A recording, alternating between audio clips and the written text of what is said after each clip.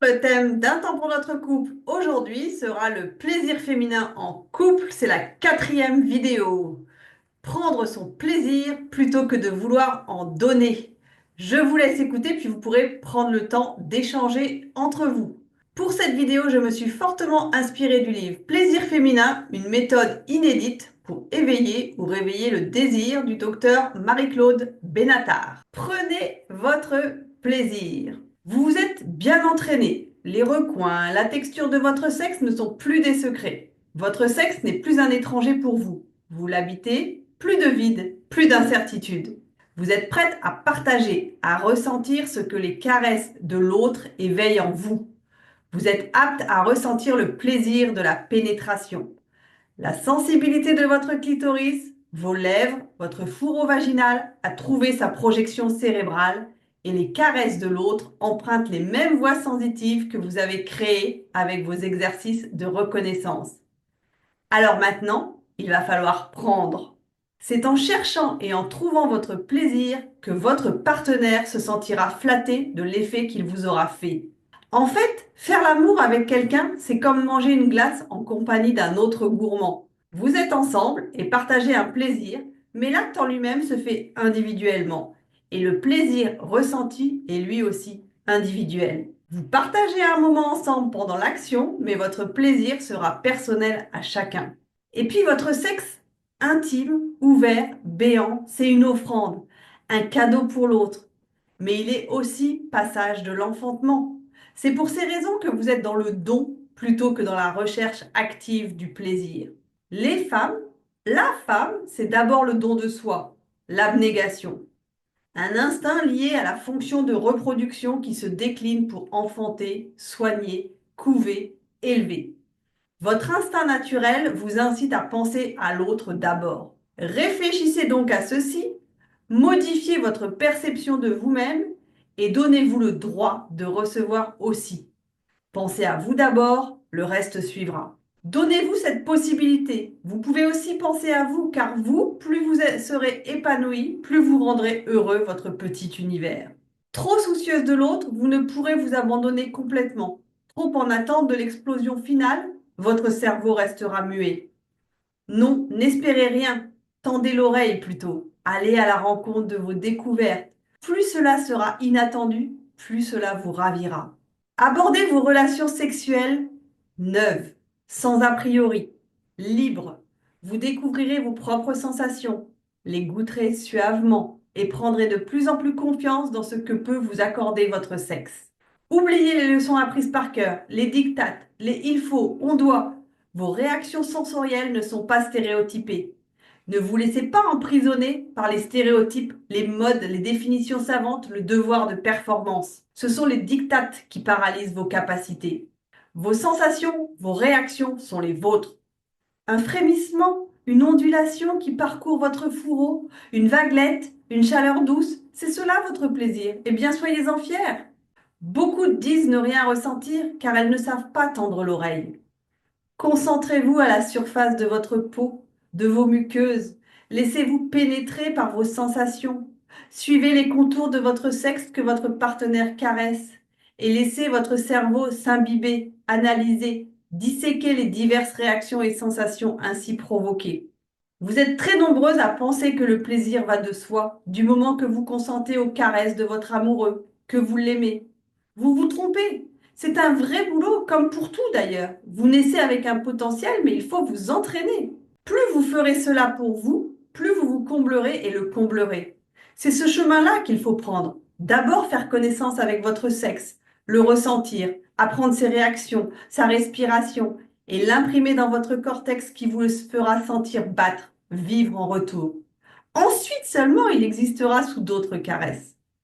Vous n'êtes pas une machine, un robot qui répond instantanément à la pression d'un bouton. Bien avant les préliminaires, votre sexe doit exister pour vous. Il doit faire corps avec vous. Laissez vos idées reçues et vos principes au vestiaire. Prenez le temps chaque fois que cela est possible et le plus souvent possible de vous retirer dans un endroit tranquille et de vous occuper de votre intimité.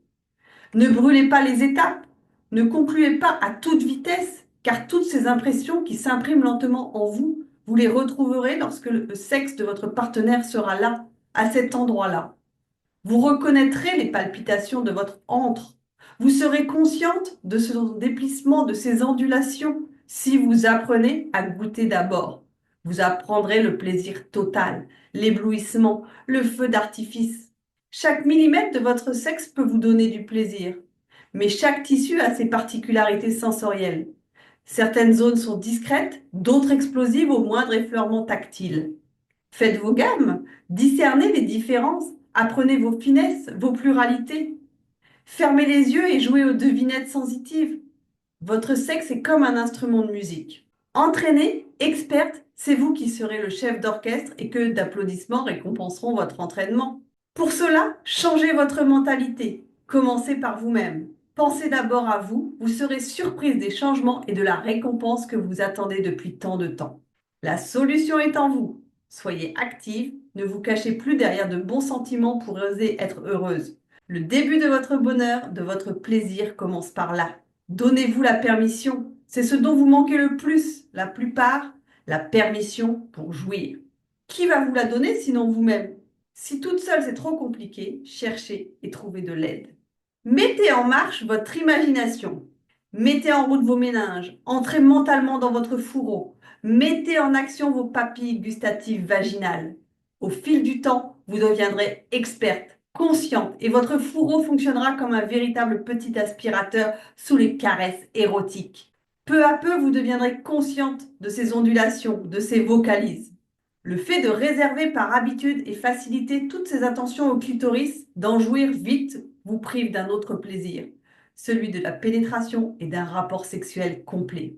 Retardez un peu l'excitation clitoridienne. Plus vous serez patiente, attentive, plus vous développerez vos capacités de jouissance. Vous et votre partenaire, vous pouvez vous rééduquer à tout âge. Explorez sous la caresse chaque recoin de votre sexe. Multipliez les exercices.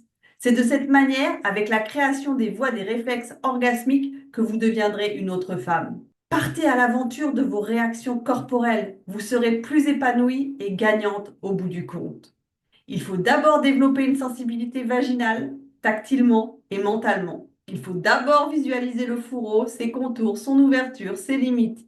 Il est aussi nécessaire de le toucher, de le ressentir pour de vrai. Apprenez-le par cœur, mentalement.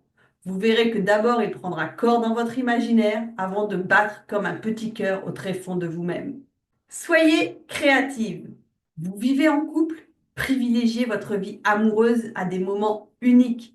Multipliez les expériences, créez des scénarios et sortez la télé de votre chambre. Certes, votre conjoint n'a pas besoin, lui, de cette carte du tendre. Expliquez-lui. Essayez, ayez ce courage-là, cela peut se faire sans égratigner sa virilité. Dites-lui combien il est extraordinaire, fort, puissant, mais dites-lui aussi combien il peut être doux, attentif, attentionné, patient. Ne craignez pas les remises en question si vous voulez que ça change et que ça s'améliore. Parlez de vos différences, partagez-les avec lui pour qu'il les accepte et que vous puissiez les accepter vous-même. Vous allez être surprise des trésors de patience, d'ingéniosité qu'il déploiera pour vous mettre en condition, vous plaire et se surpasser. Vous risquez d'être ébahi par ses efforts de séduction si vous savez lui expliquer votre mode de fonctionnement. Les hommes ne sont pas devants. Avouez vos besoins, dites-lui ce qu'il faut faire pour vous charmer. Ce n'est pas facile, ce n'est pas évident, même si vous l'adorez et voulez lui faire ce cadeau. Ne vous butez plus, noyez-vous plutôt dans vos sensations, immergez-vous sous ses caresses, imaginez les contours de votre sexe que vous connaissez bien maintenant, écoutez-le vibrer, cela va aider votre conscience à flotter puis à lâcher prise. Cela ne se fera pas en un jour, mais le jeu en vaut la chandelle. Un jour, vous oserez sortir de vous-même et laisserez échapper l'orgasme. Vous exulterez. Un grand éclat de rire.